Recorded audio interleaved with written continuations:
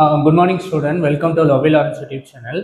இன்னைக்கு இந்த வீடியோவில் என்ன பார்க்க போகிறோம் அப்படின்னா எக்ஸசைஸ் 3.5ல சம் நம்பர் 4 வந்து ஒரு ஷார்ட்கட் மெத்தடில் நான் சால்வ் பண்ணியிருக்கேன். அதுதான் பார்க்க போகிறோம். கொஷின் என்ன அப்படின்னா 3.5ல question number 4 2 root x by a plus 3 root a by x equal to b by a plus 6a by b ன்னு இருக்கு. சரியா? நான் என்ன பண்ணுறேன், டீக்கு பதிலாக ரூட் எக்ஸ் பை ஏவும் ரெசிப்ரோக்கலாக இருக்கனால 1/t பதிலாக இது எடுத்துக்கிட்டேன். இப்போ டீயை ஸ்கொயர் பண்ண என்ன ஆகுது, இது எக்ஸ் பை ஏன்னு வருது. இது எல்லாத்தையும் எடுத்துகிட்டு போயிட்டு இங்கே போய் பாருங்க, 2 அப்படியே வரும். இதுக்கு பதிலாக டி 3, இதுக்கு பதிலாக by D equal to B by A and 6a by பின்னு வந்துச்சு. ஸோ மெத்தட் 1 மெத்தட் 2 என்ன அப்படின்னா, இந்த 2tயை வந்து ஈக்குவல் டு பி பை ஏக்கு எழுதுறேன், 2tயை ஈக்குவல் டு 6a by பிக்கு எழுதுறேன். ஓகேவா?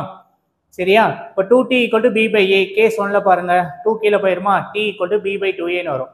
ஸ்கொயரிங் அண்ட் போத் சைட் பண்ணுங்க, t வந்து t ஸ்கொயராக மாறிடும், b ஸ்கொயர் 4a ஸ்கொயர்னு வந்துடும். டி ஸ்கொயருக்கு பதில் என்ன எழுதலாம், எக்ஸ் பை ஏன்னு எழுதலாமா?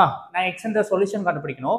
இங்கேருந்து இந்த ஏவையும் ஏ ஸ்கொயர் அடித்தேன் அப்படின்னா பி ஸ்கொயர் பை 4ஏன்னு வந்துடும் ஒரு சொல்யூஷன் எக்ஸ்.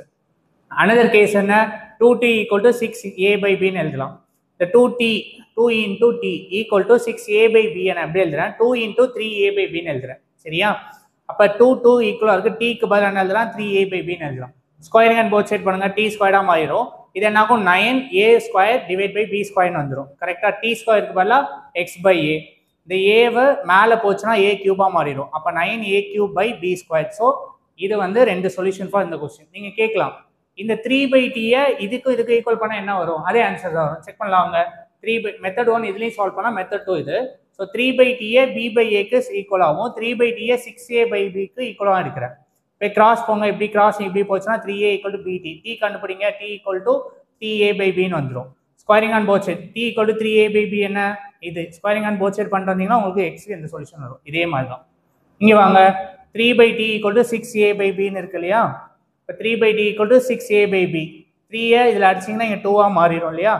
டி இங்கே போகுது, 2a இங்கே வருது, b மேலே போகுது. அப்போ D equal to b by 2a. Squaring and both side பண்ணுங்க, இது எப்படி இருக்கு, டி ஈக்குவல் 2aனா இது ஸ்கொயரிங் அண்ட் போத் சைட் பண்ணீங்கன்னா அதே process x equal b square by 4ஏன்னு வரும்.